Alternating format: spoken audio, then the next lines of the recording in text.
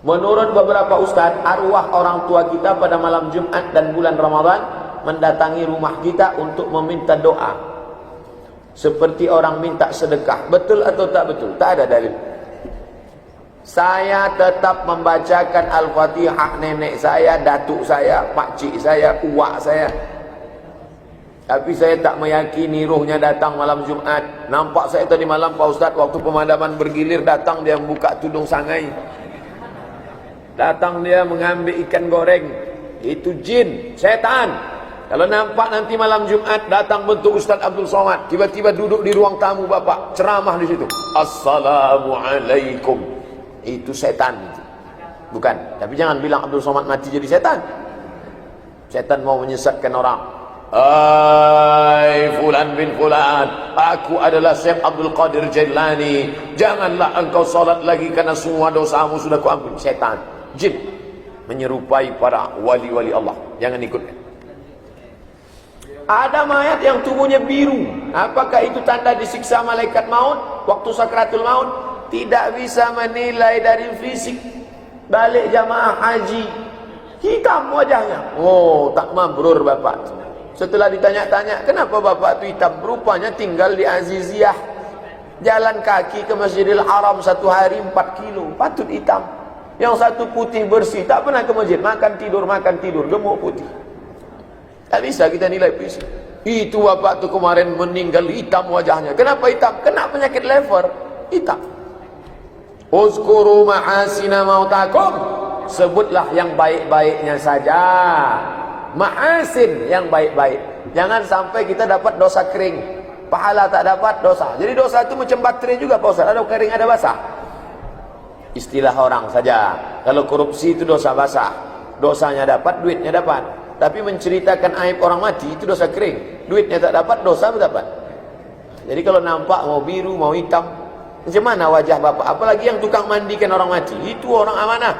Makanya yang memandikan Nabi itu Ali, Abdullah ibn Abbas. Apa kata orang Syiah? Tengok tu, Abu Bakar sama Umar tak mementingkan jenazah Nabi. Mereka sibuk ngurus politik, berebut mau jadi khalifah. Goblok, tak paham. Nabi mengajarkan yang memandikan kita itu kerabat, ahli bait. Umar dengan Utsman, Abu Bakar itu mengurus politik. Jenazah mereka udah bagi-bagi tugas. Untuk jenazah Nabi dimandikan oleh yang ada hubungan nasab. Siapa? Ali. Ayah Ali dengan ayah Nabi adik-beradik. Dia tak punya anak laki-laki. Siapa mandikan? Abdullah bin Abbas. Abdullah bin Abbas saudara Nabi. Ayah Abdullah bin Abbas, ayah Ali, ayah Muhammad SAW itu adik-beradik. Maka ini keluarga. Supaya apa? Jangan diceritakannya. Ini banyak aib. Aku kemarin waktu mandikan bapak itu biru-biru badannya, nampaknya dicubit-cubit setannya. Jangan ceritakan. Uzkuru ma'asina mautakum. Sebutkan yang baik-baik tentang saudara. Apa betul Pak Ustadz, orang yang sholat Fatihahnya salah tajwid, maka sholatnya tak sah? Ya. Kalau sholat tak sah, amalan puasa, sedekah, haji juga tak diterima Allah. Hancur tiang, hancur atap. Makanya kaji pertama Al-Fatihah. Ustadz sebelum ke Mesir baca Quran. Sebelum baca kitab kuning, baca Quran. Sebelum pindah baca Quran, baca Fatihah. Berapa lama baca Fatihah? 3 bulan. Tak dipindah-pindahnya 3 bulan. Datang saya dari rumah, di tepi sungai, rumah Tuan Syekh. Besok Fatihah lagi. Tapi kami tak komplain. Tak pula kami tanya, Ustaz, kenapa tak pindah-pindah ni? Baca. Bismillahirrahmanirrahim. Alhamdulillahi Rabbil Alamin. Ar-Rahmanirrahim. مالك يوم الدين إياك نعبد وإياك نستعين اهدنا الصراط المستقيم صراط الذين أنعمت عليهم غير المغضوب عليهم ولا الضالين. Besok ulang lagi sampai 3 bulan baru dipindahnya alif lam mim. Ini belajar baca Fatihah dari www.google.com. Mana bisa? Belajar, datang ke guru. Dulu kami kalau datang ada tuan-tuan Syekh, pergi ke masjid, nampak tuan Syekh datang. Syekh, mungkin tisma? Syekh, mungkin tisma? Syekh, tolong dengarkan Fatihah saya. Duduk tuan-tuan guru, dengarkan. Saya sampai hari ini, dari sejak 2008 di Pekanbaru ini sampai 2016 ini, belum pernah ada orang minta dengarkan Fatihah ke saya. Dua kemungkinan, dia memang sudah pandai, atau saya ini tak dianggapnya pandai baca Fatihah. Saya anggap yang kedua aja lah. Mungkin dianggapnya Ustaz ni tak qari. Tak masalah, saya bukan qari, saya bukan ahli tajwid, saya bukan ahli qiraat. Tapi carilah Ustaz, imam kita. Kemarin waktu ada Ustaz di sini, di masjid, imam yang dari Palestina, datang, dengarkan bacaan Al-Fatihah. La salata, tidak sah salat liman lam yaqra bi Fatihatil Kitab. Kalau tidak sah baca Fatihah, datang ke Ustaz Imam Sofi, hafal 30 juz. Ustaz, tolong dengarkan bacaan Fatihah kami. Kalau kita salat, pada tahiyat akhir kita baca salawat. Kalau Nabi yang salat, baca salawat juga, ya. Allahumma salli ala Muhammad wa ala ali Muhammad. Apakah mungkin Muhammad menyebut nama Muhammad? Saya dia menyebut nama Abdul Somad. Abdul Somad, Bapak Ibu. Biasa orang menyebut nama dia. Allahumma salli ala Abdul Somad. Ya Allah, Inna Allah wa malaikatahu yusalluna ala nabi. Ya ayyuhalladzina amanu sallu alaihi wa sallimu taslima. 3 selawat. Selawat Allah, selawat malaikat, selawat orang beriman. Apa makna Allah berselawat kepada Muhammad?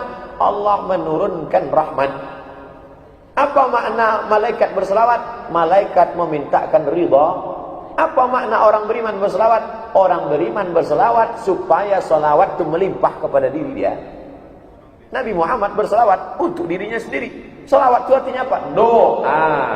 Allahumma raham Abdul Somad, Allahumma rda Abdul Somad, Allahumma ghafir li Abdul Somad, Allahumma salli ala Muhammad, Allahumma salli ala Sayyidina. Kita menyebut dia Sayyidina, dia diri dia sendiri. Allahumma salli ala Muhammad. Apa hukumnya makan berdiri? Makan berdiri haram. Dari mana dalil makan berdiri itu haram? La yashrabanna ahadukum qa'iman. Janganlah kamu minum berdiri. Faman nasiya falyastaqi. Siapa yang lupa hendaklah dia memuntahkannya. Maka berdasarkan hadis ini minum berdiri itu haram. Tapi kemudian ada hadis menyebut syariba zamzam qa'iman. Nabi minum air zamzam berdiri. Hadis qauli mengatakan haram minum berdiri. Sedangkan Nabi sendiri waktu minum air zamzam berdiri. Dikombinasikan antara dua hadis ini. Kalau Nabi mengucapkan sesuatu, lalu dia lakukan sesuatu itu, maka kaedahnya dalam mukhtaliful hadis menunjukkan jatuh dari haram menjadi makruh. Tentang minum, tapi makan tak. Makan tetap pada hukum asli. Maka di rumah-rumah makan, hotel-hotel yang menyediakan makan berdiri, kalau sudah saya tengok makan berdiri, saya balik. Ini tak betul. Jangan kita ikut tradisi. Tradisi kita makan duduk bajambau, bajambar, duduk. Sekarang tak ada lagi. Makan tegak. Tak ada beda antara sapi kurban dengan orang yang berkurban. Sama-sama makan toga. Nah, ini mesti diperbaiki. Apa hukum kita membaca ayat kursi di 4 penjuru rumah? Masuk ke rumah, Allahu la ilaha illallah, Allah. Masuk rumah, Allah, 4 sudut rumah. Mana dalilnya? Mana dalil baca ayat kursi 4 sudut rumah? Abdurrahman bin Auf. Abdurrahman bin Auf, sahabat Nabi yang paling kaya itu, kalau dia masuk rumah malam, dia baca 4 sudut rumahnya. Amal sahabat Nabi. Baca biografi Abdurrahman bin Auf dalam kitab Syiar A'lam An-Nubala, ditulis oleh Imam Az-Zahabi. Imam Yahya ibnu Ma'in, Yahya ibnu Ma'in, kalau masuk rumah dia baca ayat kursi 60 kali ayat kursi. Jadi kalau pakai kaedah asal tidak dibuat Nabi bid'ah, kalau tidak dibuat Nabi bid'ah, kalau bid'ah masuk neraka. Abdurrahman bin Auf masuk neraka karena Nabi tak pernah mengajarkan baca ayat kursi di 4 sudut rumah. Yahya bin Ma'in masuk neraka karena tak pernah mengajarkan, Nabi tak pernah mengajarkan baca ayat kursi di 4 pojok rumah. Silakan yang mau membaca 4 pojok rumah. Daripada 4 sound system dipasangnya di rumah, lagu dangdut semua.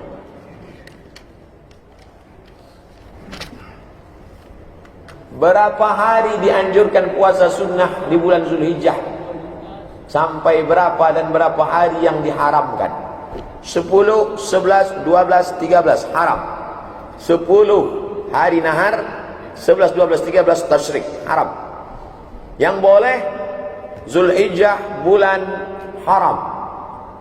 Minha arba'atun hurum, 4 bulan haram. Zulhijjah, Zulqa'dah, Muharram, Rajab. Dalilnya umum. Wa minal hurumi fasum, berpuasalah engkau di bulan-bulan haram. Jadi kalau ada orang mau puasa di bulan haram, bulan Zulhijjah 1 bulan, boleh, kecuali 4 hari. 10, 11, 12, 13. Di antara, 30 kurang 4, berarti 26. Boleh dia puasa 26 hari? Boleh. Tapi di antara yang 26 itu yang paling afdal mana? 1 sampai 9. Di antara yang 1 sampai 9 itu yang paling afdal mana? 9. Tanggal 9 paling afdal. Apa keutamaannya? Hadis riwayat Muslim. Yukaffiru sanatal madiyata wal baqiyata, mengampunkan dosa setahun yang lalu dan setahun yang akan datang. Rawahu Muslim. Hadis riwayat Muslim. Ini tentang puasa di bulan Zulhijjah. Allahu Allahu Allah